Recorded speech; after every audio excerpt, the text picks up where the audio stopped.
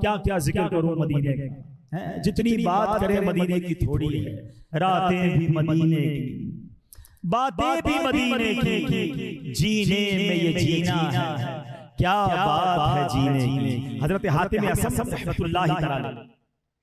بہت بڑے اور مشہور ولی اللہ ہے۔ ایک مرتبہ آپ کو مدینہ منورہ کی حاضری کی سعادت ملی تو آپ روضہ پرنور پر حاضر ہوئے، پیارے آقا علیہ السلام کی خدمت میں کھڑے رہے سلام عرض کر کے، اور اللہ پاک کی بارگاہ میں عرض کرتے ہیں کہ اے رب کریم، میں تیرے محبوب کے روضے پر حاضر ہوں، اے پیارے اللہ تو مجھے نامراد نہ لوٹانا۔ غیب سے آواز آئی، اے بندے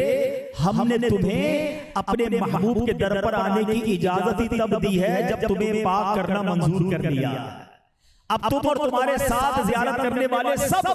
مغفرت یافتہ لوٹ جاؤ، بے شک اللہ پاک تم سے بھی راضی ہوا اور ان سب سے راضی ہو گیا جنہوں نے پیارے نبی محمد عربی صلی اللہ علیہ وسلم کے روضے کا دیدار کر لیا۔ یہ دیدار بھی کمال کا ہے۔ آقا فرماتے من زار قبری وجبت لہ شفاعتی، جس نے میرے روضے کی زیارت کی اس پر میری شفاعت واجب ہو گئی۔ ایک بڑی ایمان افروز حدیث ہے، آخری حدیث، پھر بیان کو میں انشاءاللہ سمیٹتا ہوں۔ حضرت ابو ہریرہ اس حدیث کے راوی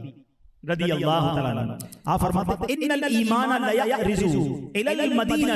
کما ترز الحیۃ الی جحرها، فرماتے بے شک ایمان مدینے کی طرف سمٹ آتا ہے جیسے سانپ بل یعنی اپنے دل کی سوراخ کی طرف سمٹ آتا ہے۔ یہ بڑی ایمان افروز حدیث پاک ہے۔ علماء کرام اس حدیث پاک کی شرح میں فرماتے ہیں، اس حدیث میں آقا علیہ السلام نے مدینے میں ایمان کے سمٹنے کو سانپ کے ساتھ تشبیہ دی ہے، یعنی فرمایا کہ سانپ اپنے سوراخ میں چلا جاتا ہے، ایسے ہی ایمان مدینے میں چلا جائے گا۔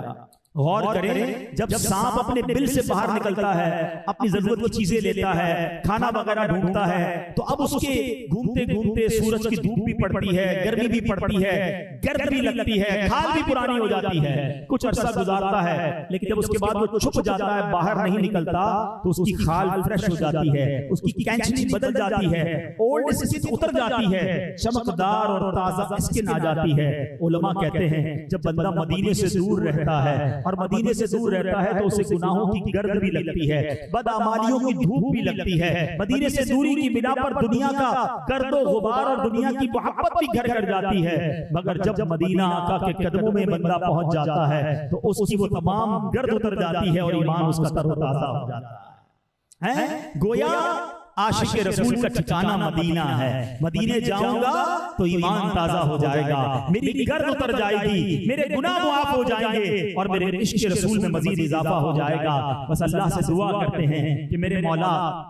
ہم کمزور بندے ہیں، ہم ناتوان بندے ہیں، یقیناً اس قابل بھی نہیں کہ مدینے اور مکہ پاک کو آ سکیں۔ اتنے بڑے گناہگار کو کون اپنے گھر بلاتا ہے، اتنے بڑے نافرمان کو کون اپنے بارگاہ میں بلاتا ہے۔ اے اللہ ہم یہ بھی جانتے ہیں کہ ہماری کوئی بات نہ مانے ہم اس کو اپنے گھر نہیں بلاتے۔ اے اللہ ہم نے تیری بڑی نافرمانیاں کی ہیں، تیرے رسول کی بہت ساری نافرمانیاں کی ہیں، قابل تو نہیں کہ مکہ پاک اور مدینہ طیبہ آ سکیں، مگر مولا تو ہمارا بھی تو مولا ہے، ہم تیرے بندے ہیں، تجھ سے نہ مانگے تو کس سے مانگے مالک۔ اے پروردگار تیرے نبی کے امتی ہیں، گناہگار بڑے ہیں، اگر حج کر لیں گے تو کوئی مغفرت کی صورت بن جائے گی، تیرے گھر کے سامنے آ کر دعائیں کریں گے، اے اللہ تیری رحمتوں کو لوٹ لیں گے اور تیرے حبیب کے در چلے جائیں گے تو شفاعت کی خیرات مل جائے گی۔ اے اللہ ہم گناہگار ترس رہے ہیں، ہم تڑپ رہے ہیں، اے اللہ ہم میں سے کچھ تو ایسے ہیں جن کے پاس پیسے بھی نہیں ہیں، جنہوں نے صرف تصویروں میں کعبہ دیکھا ہے، تصویروں میں گنبد خضرا دیکھا ہے۔